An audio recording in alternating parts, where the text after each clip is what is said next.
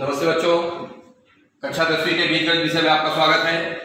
आज हम सभी लोग पाठ तीसरा अंकगणितीय श्रृंखला, जिसे आप समांतर श्रेणी भी कहते हैं या फिर अरिथमेटिक प्रोग्रेशन, इसके बारे में पिछले वीडियो में हम लोग सीखे हैं थोड़ा, और फिर अगले प्रश्न संग्रह हम लोग 2.1 के कुछ प्रश्नों को आज हम हल करेंगे।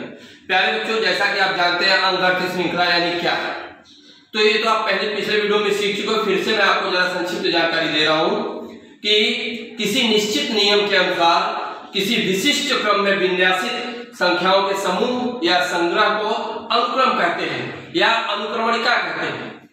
इसी के साथ साथ ऐसा अनुक्रम या अनुक्रमणिका जिसके क्रमागत पदों का सामान्य अंतर सदैव अचर संख्या हो, उसे हम क्या कहते हैं? अंकगणितीय श्रृंखला कहते हैं या फिर आप अरिथमेटिक प्रोग्रेशन कहते हैं। प्यारे बच्चों, अब इसी जानकारी में आगे हम बढ़ते हैं। आपका प्रश्न संग्रह 2.1 का 3.1 है, आपका 3.1। यहाँ पर आप 3.1 ध्यान देंगे। आपके 3.1 का क्वेश्चन नंबर 2, यदि किसी समांतर श्रेणी का प्रथम पद a तथा सामान्य अंतर d हो तो समांतर श्रेणी वह समांतर श्रेणी लिखो। यानी प्रथम पद a बराबर 10 और d बराबर 5 हमें दिया गया है। यह पहला क्वेश्चन है हमारा। इसे हम हल करके देखते हैं। यहाँ पर आपका पहला क्वेश्चन है, हमें a बराबर कितना दिया बच्चों? 10 दिया है, और d बराबर कितना दिया है? 5। ये हमें आप लिख सकते हैं, यहाँ पर दिया है या दिया 10 भी लिख सकते हैं। अब इसी के आधार पर हमें क्या ज्ञात करना है? वह अंकगणितीय श्रृंखला ज्ञात करना है। आप एक चीज जान लो बच्चों, a कहो या t1 कहो तो एक ही बात होती है। इसलिए a बराबर t1 बराबर 10। t1 का मान आपको मिला। अब t2 हम कैसे ज्ञात करते हैं? t2 बराबर पिछले पद में सामान्य अंतर को जोड़ते हैं। तो t2 का पिछला पद कितना है? t1, और उसमें सामान्य अंतर कितना है? d। तो t1 का मान कितना बच्चों? 10, और d का मान कितना है? 5। 10 5 कितना हुआ? 15। इसी प्रकार से अब हम t3 लिख रहे हैं। t3 को प्राप्त करने के लिए इसके पिछले पद में d जोड़ना पड़ेगा। t3 का पिछला पद क्या है? t2 plus d। अब t2 का मान कितना है बच्चों? देख रहे हो 15, और 15 में जब हम d का मान 5 जोड़ेंगे तो हमें क्या मिलेगा? 20। इसी प्रकार से t4 बराबर क्या होगा? t3 plus d। t3 का मान कितना है? 20, और d का मान है 5, यानी 25। और इस प्रकार से आगे हम अनंत तक संख्याएं प्राप्त कर सकते हैं। तो हम यहाँ उत्तर लिखेंगे, क्योंकि हमें कहा गया है कि वह अंकगणितीय श्रृंखला लिखो। तो अंकगणितीय श्रृंखला क्या है हमारी? पहला पद क्या है? t1 यानी 10। फिर दूसरा पद क्या है? 15, और फिर तीसरा पद क्या है? 20, और चौथा पद आपका क्या हो गया है? 25। और इस प्रकार से हमें अनंत तक संख्याएं प्राप्त होंगी। तो हमें जो अंकगणितीय श्रृंखला प्राप्त हुई वह क्या है? 10, 15, 20 और 25। इसी प्रकार से बच्चों, आप यहाँ पर दूसरा क्वेश्चन दिया है, उसे भी हल कर सकते हैं। तो दूसरे क्वेश्चन के लिए मैं इस क्वेश्चन को एक बार इरेज कर देता हूँ। आपका दूसरा क्वेश्चन भी आप यहाँ कर सकते हैं। तो दूसरा क्वेश्चन क्या है आपका? यहाँ दिया दूसरा क्वेश्चन नंबर 2 में a बराबर -3 और d बराबर 0। पहले बच्चों, मैं आपको अलग अलग प्रश्न इसलिए हल करके दिखा रहा हूं कि आपको अंकगणितीय श्रृंखला प्राप्त करने में समस्या न हो। किसी भी प्रकार का प्रश्न हो और आपको कहा जाए कि अंकगणितीय श्रृंखला प्राप्त करिए, तो आप आसानी से प्राप्त कर सकते हैं। इसलिए अलग अलग प्रश्नों को आपको मैं हल करके दिखा रहा हूं। तो यहाँ पर a का मान आपको -3 दिया है, d का मान 0 दिया है। तो आप बच्चे जानते हो कि a बराबर t1 बराबर क्या आएगा? a का मान जो होगा वही t1 का मान होगा। कितना दिया है? -3, और d का मान हमें 0 दिया है। अब t2 बराबर क्या होता है? पिछले पद में d जोड़ते हैं। t2 का पिछला पद क्या है? t1 plus d। T1 का मान कितना बच्चों -3, -3 में 0 जोड़ेंगे कितना आएगा -3। फिर उसके बाद है T3 का पिछला पद T2 और T2 में हम D जोड़ेंगे तो T2 का मान कितना है -3 में 0 जोड़ेंगे -3 आएगा। इसी प्रकार से हम यहाँ लिखेंगे T4 बराबर, तो T3 में हम क्या लिखेंगे T4 बराबर T3 प्लस D और T3 का मान कितना है -3 प्लस 0 बराबर -3। प्यारे बच्चों आपके दिमाग में एक बात आ रही होगी, यही काम एक ही काम बार बार क्यों कर रहे हैं जब वैसे ही उत्तर आ रहा है। प्यारे बच्चों हमें अच्छी तरह से ज्ञात है कि सामान्य अंतर धनात्मक हो सकता है, ऋणात्मक हो सकता है या फिर शून्य भी हो सकता है। तो जब सामान्य अंतर शून्य होता है तो बार बार आपको एक ही संख्या प्राप्त होती है। यहाँ पे सामान्य अंतर शून्य दिया गया है तो इसलिए आप देख रहे हो कि जोड़ने के बाद भी वही संख्या आ रही -3 में ही हम लोग जोड़ रहे हैं। तो आप यहाँ देखेंगे इसलिए सामान्य अंतर जो है आपका -3 और -3, यानी जो हमें संख्याएं प्राप्त हो रही है, सामान्य अंतर आपका शून्य है और हमें जो शून्य को जोड़ने के बाद संख्याएं प्राप्त हो रही है वो एक जैसी प्राप्त हो रही है, यानी -3 और यह भी अंकगणितीय श्रृंखला में है, क्योंकि हम जानते हैं D का मान क्या हो सकता है, शून्य हो सकता है, धनात्मक हो सकता है, ऋणात्मक हो सकता है। तो जब D का मान शून्य होता है तो हमें बार बार एक ही संख्या प्राप्त होती है, इसलिए हम उत्तर लिखेंगे। तो अंकगणितीय श्रृंखला, अंकगणितीय श्रृंखला है आपकी, बहुत आसान है बच्चों, -3 कामा -3 और कामा -3 और इस तरह से आप अनंत तक लिख सकते हैं। तो यह जो हमारी अंकगणितीय श्रृंखला है यह अनंत अंकगणितीय श्रृंखला है। अंकगणितीय श्रृंखला दो प्रकार की होती है, एक होती है सीमित और एक होती है अनंत। तो यह हमारी जो अंकगणितीय श्रृंखला है यह अनंत है। इसी प्रकार से आपके समक्ष तीसरा प्रश्न भी मैं हल करके दिखा रहा हूं बच्चों, इसको देखिए और ये प्रश्न हल करने के बाद मैं आपको कुछ क्रियाएं दूंगा जिसे आप मुझे शुक्रवार तक अच्छी तरह से हल करके अपना नाम लिख करके व्हाट्सएप करेंगे। तो आपका तीसरा क्वेश्चन है आपके समक्ष, यहाँ पर देखिए a बराबर -7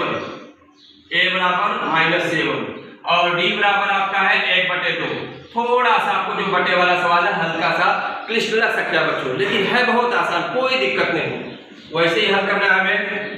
यहाँ पर हम लिखेंगे a बराबर क्या होता है, T1 के बराबर होता है और इसका मान क्या है -7। अब हमें T2 ज्ञात करना है तो T2 के लिए पिछले पद में D जोड़ते हैं, पिछला पद है T1 प्लस D। T1 का मान कितना है बच्चों, T1 का मान देखो -7 और D का मान क्या है 1/2।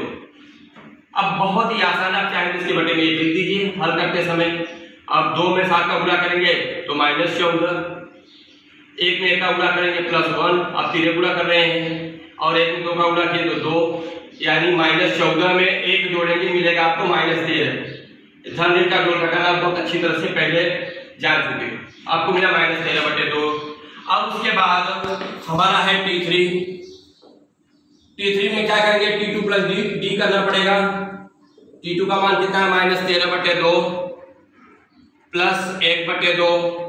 बच्चों यहाँ हर समान है तो वही हर एक ही लिखेंगे, मतलब 2 लिखे हर को और ऋण 13 और 1 को जोड़ रहे हैं, ऋण 13 धन 1, यानी कितना मिला आपको, ऋण 12/2 और ऋण 12/2 का मतलब होता है -6। आपकी जानकारी के लिए जो हम लोग इसके पहले लिखे ऋण 13/2, इसको और संक्षिप्त रूप में लिखना चाहेंगे तो -6.5 आएगा, जिससे आप जरा आसानी से समझ पाओगे। अब अगला देखें हम कि यहाँ पर आपको T4 है और T4 में आप देख रहे हैं कि T3 में D जोड़ेंगे, T3 प्लस D। T3 का मान कितना आया -6 और फिर से D का मान क्या है 1/2, यानी 6 दूनी 12 -12 धन 1 और बटे में 6, यानी आप देख रहे हैं ये कितना हुआ -11/2, यानी -5.5। आप T4 तक समझ गए बच्चों। ये जो हमें A और D का मान दिया है यहाँ पर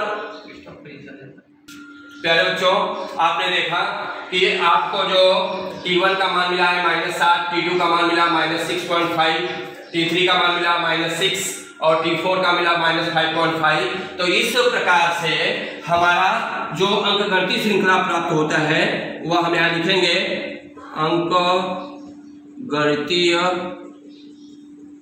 श्रृंखला। क्यों आप इसको अंकगणितीय श्रृंखला कह रहे हो? क्योंकि बच्चों इसमें 0.5 इसमें से आप घटा रहे हैं तो -6.5 मिल रहा है, फिर -6.5 से 0.5 घटा रहे हैं तो -6 मिल रहा है, और फिर -6 में से 0.5 घटा रहे हैं तो -5.5 मिल रहा है। यानी हर बार जो सामान्य अंतर है वो 0.5 का है। तो इसलिए जो संख्याएं हैं, जो अनुक्रम हमें प्राप्त हो रहा है, ये अनुक्रम अंकगणितीय श्रृंखला है। This sequence is known as arithmetic progression. So we can write here -7, -6.5, -6, -5.5 and up to infinite. This is our arithmetic progression. यह जो हमें अनुक्रम प्राप्त हुआ है यह अनुक्रम अंकगणितीय श्रृंखला में है। यह हमारा अंकगणितीय श्रृंखला में लिखा। अब हम आपको चौथा सवाल हल करके दिखा रहे हैं। चौथा प्रश्न है आपका a बराबर -1.25 और d बराबर है 3। तो आप जानते हो अच्छी तरह से कि a बराबर किसके होता है? T1 के बराबर होता है और इसका मान है -1.25।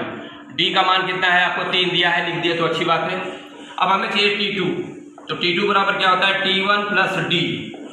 T1 का मान कितना है? -1.25 और d का मान है +3। प्यारे बच्चों, यहाँ चिन्ह अलग अलग है। बड़ी संख्या में से छोटी संख्या घटाएंगे। बड़ी संख्या आपकी 3 है, यहाँ पर भी दशमलव के बाद 2 जीरो लगाएंगे क्योंकि यहाँ दशमलव के बाद 2 अंक है। अब दशमलव के नीचे दशमलव, यहाँ पर 2 और 5 और इस तरफ है 1, इसको घटा रहे हैं हम। दशमलव के नीचे दशमलव, 10 में से 5 गया 5 और फिर 9 में से 2 गया 7 और 2 में से 1 गया तो 1, यानी आपका आंसर आया यहाँ पर 1.75। हमेशा बड़ी संख्या का चिन्ह लगाते हैं, बड़ी संख्या का चिन्ह प्लस है इसलिए यहाँ प्लस आया। इसी प्रकार से हम लोग T3 प्राप्त करेंगे। T3 बराबर क्या होगा? T2 प्लस D और T2 का वैल्यू कितना है? 1.75 और D का वैल्यू कितना है? 3। तो आप सीधे सीधे 3 में 1 जोड़ा 4, 4.75। अब इसी प्रकार से हम T4 को प्राप्त करेंगे। T4 क्या होता है? T3 प्लस D और T3 की वैल्यू कितनी हमारी? 4.75 प्लस D और इसको भी आसानी जोड़ सकते हो। 4 और 3 को जोड़ा 7, 7.75। तो इस प्रकार से बच्चों हमें संख्याओं का एक समूह या संग्रह प्राप्त होता है और उसे हम क्या कहते हैं? अनुक्रम। और यह अनुक्रम क्या है? हमारा अंकगणितीय श्रृंखला में है। यहाँ पे लिखेंगे, हमें अंकगणितीय श्रृंखला लिखनी है। तो अंकगणितीय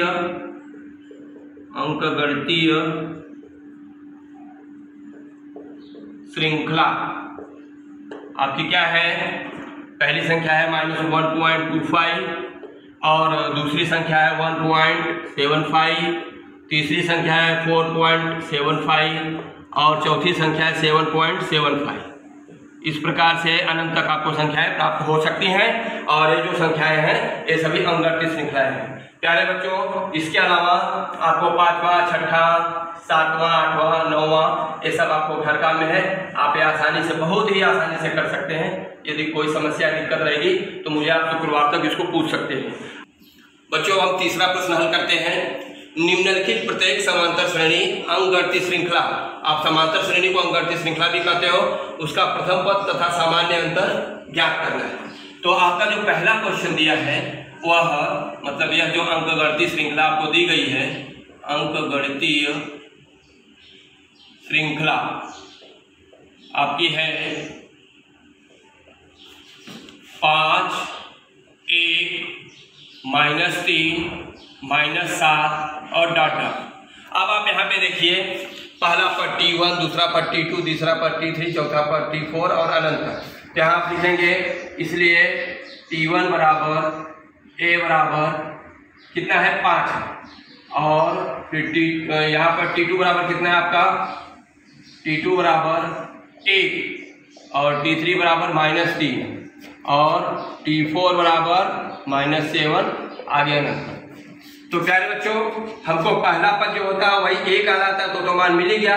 अब हमें सामान्य अंतर ज्ञात करना है, इसलिए लिखेंगे सामान्य अंतर T2 माइनस T1, और T2 का वैल्यू कितना है 1 माइनस, अब T1 का वैल्यू कितना देखो 5, 1 माइनस 5 बराबर -4। उसी प्रकार से T3 माइनस T2, अब T3 की वैल्यू क्या है ध्यान से देखो, ध्यान से देखना जरूरी है बच्चों। और T2 का मान कितना है 1 माइनस 1 यानी -4। इसी प्रकार से T4 माइनस T3 बराबर, तो T4 का वैल्यू कितना है देखो -7, और T3 का वैल्यू -3, तो माइनस यहाँ पे विशेष ध्यान देना है, क्योंकि माइनस यहाँ पहले से लगा है और यहाँ माइनस का भी चिन्ह है। तो क्या हुआ -7 प्लस 3, यानी क्या है आपका चिन्ह अलग अलग है, बड़ी संख्या में से छोटी संख्या घटाते हैं, बड़ी संख्या का चिन्ह लगाते हैं, 7 में से 3 घटाए 4, और यहाँ पे चिन्ह है माइनस। तो प्यारे बच्चों, इस प्रकार से आप देखें आपका जो है सामान्य अंतर ऋण 4 है। तो उत्तर लिखोगे पहला पद, या फिर उसको आप A कहते हो या T1 कहते हो, कितना आया आपका 5, और सामान्य अंतर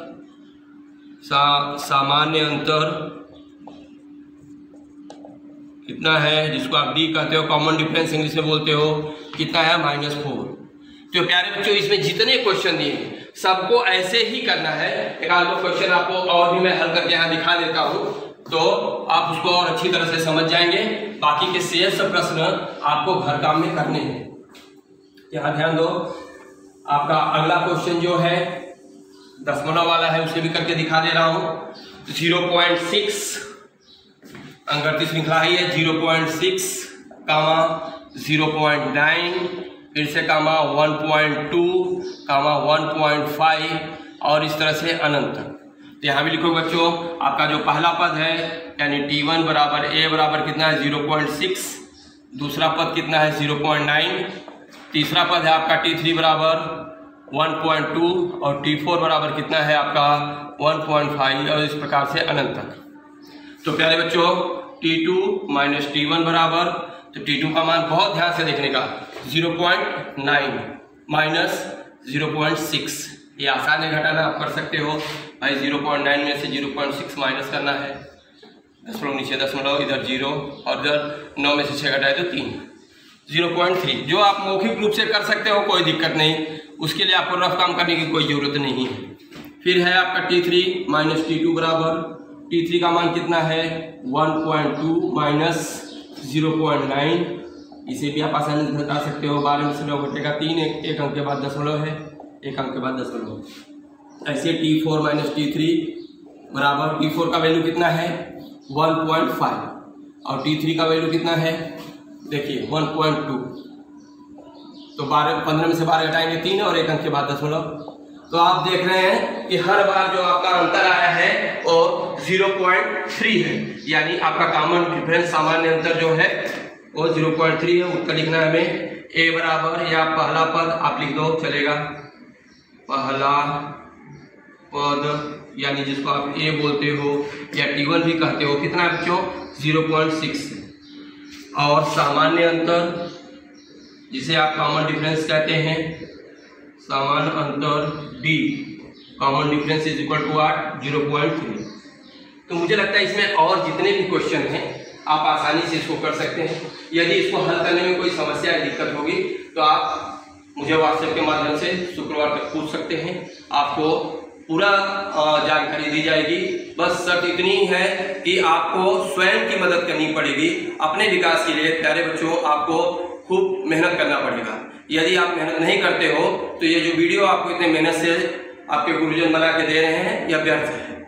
इसलिए खूब मेहनत करो, और शुक्रवार तक मुझे जो गृह कार्य इसमें दिया गया है, शेष प्रश्न आपको गृह कार्य में है, मैंने पहला दूसरा करके दिखाया, आपका दूसरा क्वेश्चन था, और बाकी के शेष प्रश्न आप घर काम में करके देंगे। अगले वीडियो में फिर से मिलते हैं, तब तक के लिए धन्यवाद।